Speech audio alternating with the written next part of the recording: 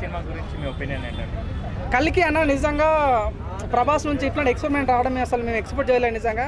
నిజంగా తను last time వచ్చే సినిమాలు లైక్ ఏవైతే ఉందో సార్ ఆడినట్లుగా సినిమాలు అట్లా అనిపించింది. కానీ ఈ సినిమా మీద నమ్మకం ఉందంటే నాగాశ్విన్ అన్న మెయిన్గా సినిమాకు ప్లేస్ ఏంటంటే నాగాశ్విన్ ఒక మహానాటి లాంటి పెద్ద సినిమాలు తీసిన నాగాశ్విన్ ఈ సినిమాకి డైరెక్టర్ అవడమే చాలా బాగా అనిపించింది. అట్ ద సేమ్ టైం ఈ సినిమాకున్న ప్లేస్ ఏంటంటే నేను కమల్ హాసన్ ఉన్నాడు, అమితాబ్ బచ్చన్ ఉన్నాడు, అశ్వధామ క్యారెక్టర్ చేశారు, దీపిక పడుకొని ఉంది, మన బ్రహ్మానందం ఉన్నాడు. సినిమాని ఏదో పక్కడబంది ప్లాన్ చేశారని అనిపించింది. నిజంగా మొన్న ఐబొమ్మలో రిలీజ్ చేశారు లైక్ కార్టూన్ నెట్వర్క్ లైక్, అది కూడా చాలా హైయెస్ట్ వ్యూస్ ఉన్నది నిజంగా గూగుల్లో. సో నిజంగా అది కూడా చాలా బాగా అనిపిస్తుంది.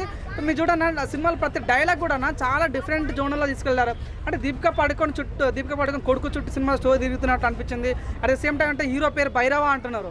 అంటే అప్పుడెప్పుడు చూసినా మగధీర భైరవ గుర్తొచ్చింది. అట్ ద సేమ్ టైం ఏదైతే మన ప్రభాస్ వాడుతున్న కారు ఉందో దాని పేరు బుజ్జి అంటారు. సో మన మర్యాద రామన్ సినిమా చూసామన్న. సో ఒక ఏంటంటే సైకిల్కి మన రవితేజ వాయిస్ అందించారు. మన హనుమాన్ సినిమా కూడా ఒక కోతికి మన రవితేజ వాయిస్ అందించారు.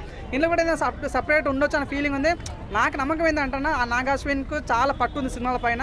సో 100% ఏదో మ్యాచ్ చేయబోతారని అనిపించింది. నాకు బాగా నచ్చిన సీన్ ఏంటంటే ప్రభాస్ నిలబడతారు, ప్రభాస్ అంటే ఇంకా ఇద్దరు ప్రభాస్ నిలబడతారు. ఆ సీన్ అసలు నిజంగా నేను ఊహించలేదు, చాలా బాగా అనిపించింది. ఒక తెలుగు కూడా హాలీవుడ్ రేంజ్లో సినిమాకి తీయొచ్చా అనేదానికి బెస్ట్ ఎగ్జాంపుల్ కల్కి అని చెప్పొచ్చు. నాకైతే నమ్మకం ఉంది 100%. ఈ సినిమా మంచి 2 కోరుకుంటున్నాను.